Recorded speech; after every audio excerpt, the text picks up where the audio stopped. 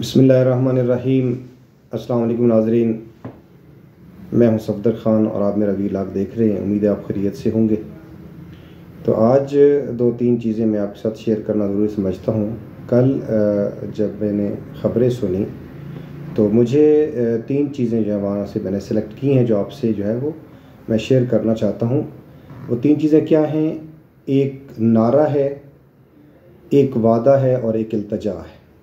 ये मैंने आपको एक्सप्लेन करना है कि इसमें तीन शख्सियात हैं, तीन हस्तियां हैं, जिनमें से एक हस्ती ने नारा लगाया और एक हस्ती ने जो है वो वादा किया और एक शख्सियत जो है उन्होंने इल्तिजा की है। तो वो मैं आपको डिफ़ाइन करूँगा कि वो नारा कौन सा था, लगाने वाला कौन था और उसका मकसद क्या था नारा लगाने का, और उसका जो है वो क्या असर हो सकता है, और उसके बाद जो है वो वादा करने वाला शख्स कौन है, और उसके बाद मैं आपसे अर्ज़ करूँगा कि वो इल्तिजा किसकी तरफ से हुई है, इल्तिजा। तो ये आज मेरा जो टॉपिक है वो ये चीज़ है कि नारा, वादा और इल्तिजा। सबसे पहले मैं आता हूँ तरतीब से वादे के ऊपर कि वादा किसने किया। थोड़ी सी तरतीब डिस्टर्ब हो गई है, इसलिए माफ़ करेंगे कि नारा, वादा और इल्तिजा, लेकिन सबसे पहले मैं बयान कर रहा हूँ वादा। तो ख़बरों में मैंने देखा कि एक शख्सियत जो वादा कर रही है कौम से जी, कि वो मियां मोहम्मद नवाज शरीफ की शख्सियत है, हस्ती है कि जिन्होंने कौम को एक दफ़ा फिर उनके साथ वादा किया, एक मुआशी संग मील दिया और एक मुआशी मंशूर पेश किया, मुल्क की मुआशी स्टेबिलिटी के लिए एक मशहूर दिया। तो जिसके अंदर उन्होंने ताजरों के वफ़द से मुलाकात की और बताया कि जी हाँ, हमारे पास क्या रोड मैप है और हम किस तरह जो है अपने मुल्क को इस दलदल से निकालेंगे और मुल्क की मईशत को मजबूत करेंगे और मुल्क के अंदर इंफ्रास्ट्रक्चर बनाएंगे, ठीक है। और उसके अलावा जो है जितने भी इसकी तामीर और तरक्की के लिए ज़रूरी इक़दाम हैं वो हम करेंगे। लेकिन बहरहाल यहाँ पर जो है वो अभी मैं अपना पॉइंट ऑफ व्यू पेश करूँगा, बयान करूँगा, अपना तजिया बयान करूँगा। वो गलत भी हो सकता है और आपको हक़ है कि आप उससे इत्तफ़ाक़ करें या इख्तलाफ करें।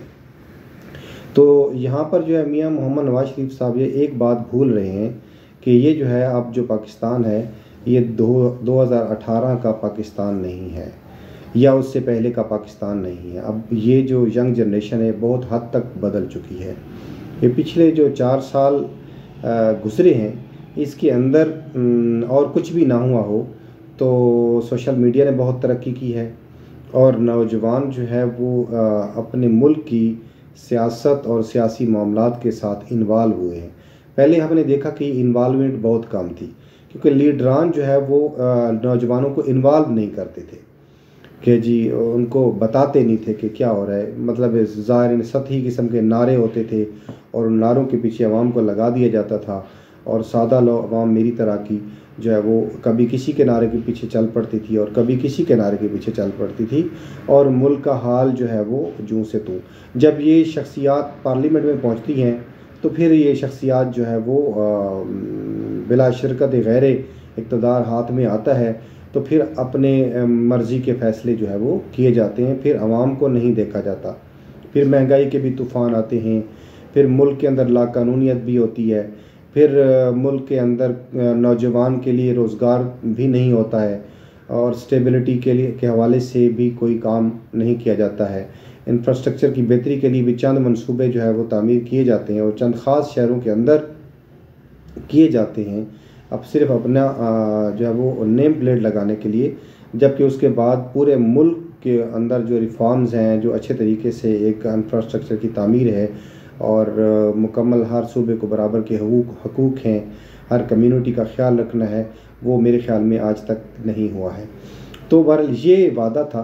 तो यहाँ पर अब कोई सादा ही होगा जो इस वादे के ऊपर यकीन करेगा। दो किस्म के लोग इस वादे पे यकीन कर सकते हैं, या तो बहुत सादा होंगे और या फिर मफाद परस्त होंगे, ठीक है। हाँ, तीसरा शख्स भी वो अपना जो उनका पार्टी वर्कर है या उनके साथ जो हम आंग है किसी भी रीज़न से, तो वो भी इस वादे के ऊपर जो है वो यकीन कर सकता है।